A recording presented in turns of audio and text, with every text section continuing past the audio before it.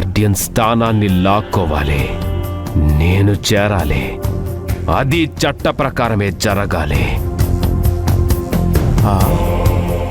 దాని మొత్తం ఆస్తిని నేనే అనుభవించాలి.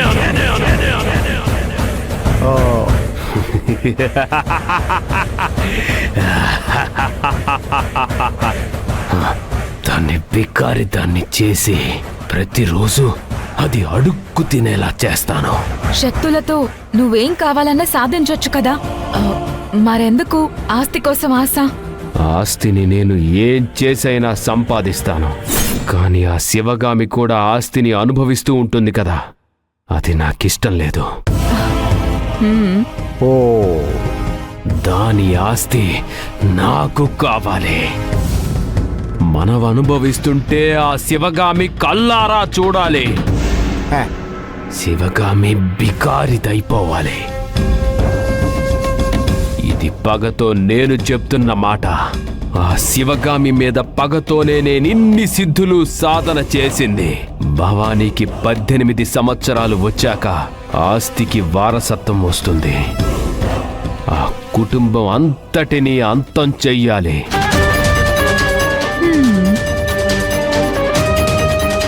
అంటే మన కల నెరవేరే సమయం వచ్చింది నందిని. మళ్ళీ మీ అందరినీ శ్రీమంతుల్ని చేస్తాను. మీ అధికారాలు మళ్ళీ వస్తాయి. Wait and see.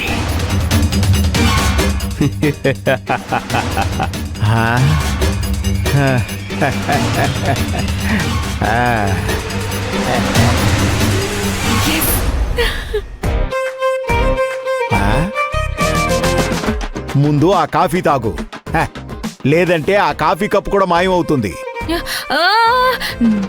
నాకీ కాఫీ ఏం వద్దు.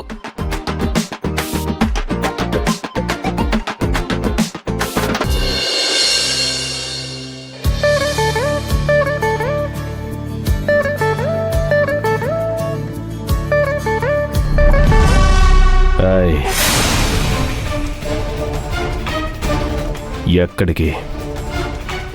స్కూల్కి. ఈరోజు నువ్వు స్కూల్కి వెళ్ళకూడదు. నువ్వు నాతో ఒక చోటికి రావాలి. ఏదో ఒక కారణం చెప్పి స్కూల్కి లీవ్ తీసుకో. సెలవు పెట్టడానికి కుదరదు. ఈరోజు స్కూల్లో ఎగ్జామ్. చెప్పింది చెయ్యి. ఎదురు చెప్పకు, కారణాలు చెప్పకు. స్కూలుకి వెళ్ళకూడదంటే వెళ్ళకూడదు, అంతే. ఓ, యూనిఫామ్ వేసుకుని రెడీ అయిపోయావా? సరే పద. సుజాత ఆంటీ, నాకిప్పుడు కడుపు నొప్పిగా ఉంది. నేను స్కూల్కి వెళ్ళలేను. మరి యూనిఫామ్ వేసుకుని వచ్చావు? ఇల్లంతా తిరుగుతూనే ఉన్నావు. మీ అమ్మకి తెలిస్తే తిడుతుందని వేసుకున్నానని చెప్పు. ఏంటి తలూపుతున్నావు సమాధానం చెప్పకుండా? బానే మాట్లాడుతున్నావుగా టెన్షన్ లేకుండా. అదేం కుదరదు, పద స్కూల్కి వెళ్దాం. సుజాత ఆంటీ, అమ్మ కోపడుతుందని డ్రెస్ వేసుకున్నాను. నేను అబద్ధం చెప్పడం లేదు. నాకు నిజంగానే కడుపు నొప్పిగా ఉంది. ఎందుకు స్కూల్ ఎగ్గొట్టాలని చూస్తున్నావు? స్కూల్లో ఏదైనా పరీక్ష ఉందా? కడుపు నొప్పి అయితే కారణం కాదు. హోంవర్క్ చేయలేదా? చెప్పు. నిజంగానే కడుపు నొప్పి. కావాలంటే చూడు. ఇదేమైనా జ్వరమా పట్టుకుంటే తెలియడానికి?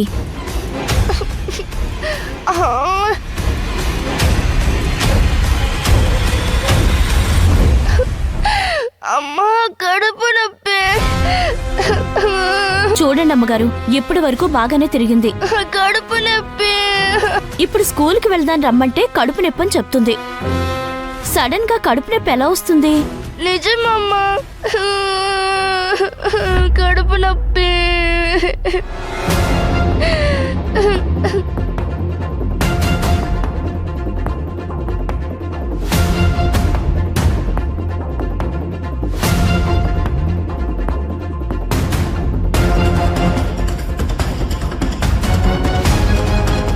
అది కాదమ్మా.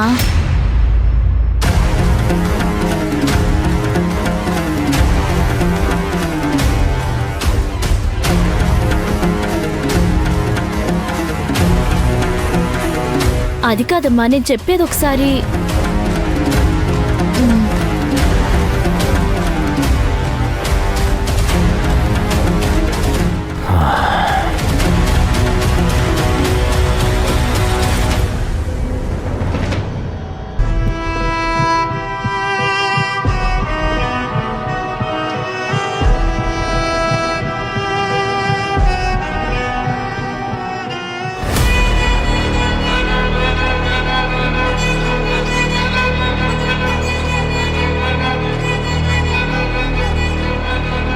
ఏయ్.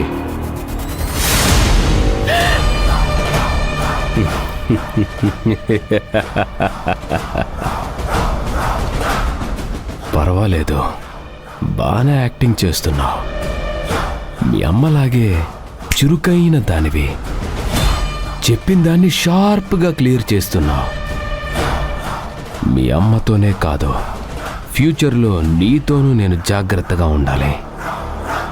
సరే, మన పని మొదలు పెడదామా? నేను లాయర్కి కాల్ చేస్తాను. నేను చెప్పినట్టుగా మాట్లాడు. దేని గురించి?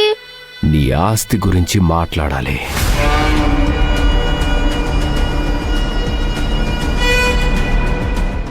అదంతా నాకు తెలీదు. తెలీదా? తెలిసేలా చేస్తా.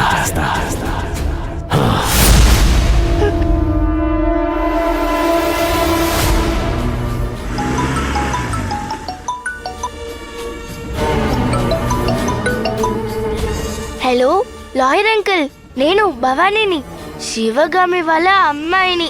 చెప్పమ్మా, ఏంటి విషయం? నేను మొన్న చెప్పాను కదా మీతో మాట్లాడాలి అని. సరే, నేనేమి ఇంటికొస్తాను. హా, వద్దు వద్దు అంకుల్, నేను మాట్లాడేది మా అమ్మ నాన్నకి తెలియకూడదని నేను మా బాబాయ్ని తీసుకొస్తాను. ఇప్పుడు నేను ఆయన ఫోన్ నుంచే మాట్లాడుతున్నాను. హ్మ్, మీరు ఈ నెంబర్కి లొకేషన్ పంపించండి. నేను బాబాయ్తో కలిసి వస్తాను. మీతో అర్జెంట్ విషయం మాట్లాడాలి. సరే తల్లి, అలాగే. Thank you so much uncle. Bye.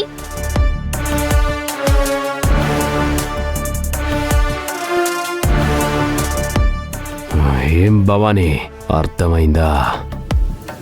పద, లాయర్ ఇంటికి వెళ్దాం.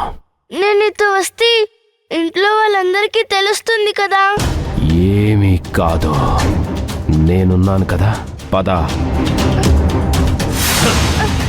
నువ్వు రాకపోతే మీ అమ్మ కళ్ళు పీకేస్తాను ఈరోజు.